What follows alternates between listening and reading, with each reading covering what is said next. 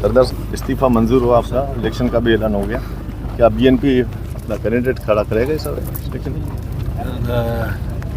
ऐलान हो गया है, वो क्या कहते हैं, इस्तीफा तो मैंने आज नहीं दिया ना, जी जी उनको आज पता चला। मैंने तो 17 महीने पहले इस्तीफा दे दिया था। जी जी तो इसका मतलब है पूरे बलूचिस्तान में जो कुछ होता है इसका उनको पता नहीं है।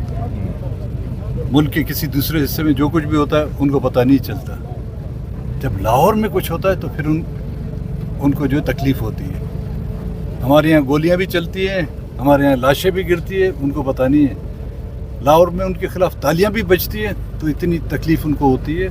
मुझे उनकी इस तकलीफ़ पर अफसोस ही कर सकता हूँ, वो कुछ नहीं कर सकता। हाँ, जहाँ तक इलेक्शन के ताल्लुक है, पार्टी जो फैसला करे उस पर मैं ना मेरा ख़ानदान इसमें कोई हिस्सेदार नहीं होगी, उम्मीदवार नहीं है। सरकार वैसे हमें पार्लियामेंट से बाहर निकाले, 19 बंदे उन्होंने अपने बिठा दिए, 20वां भी बिठा दिया अपना।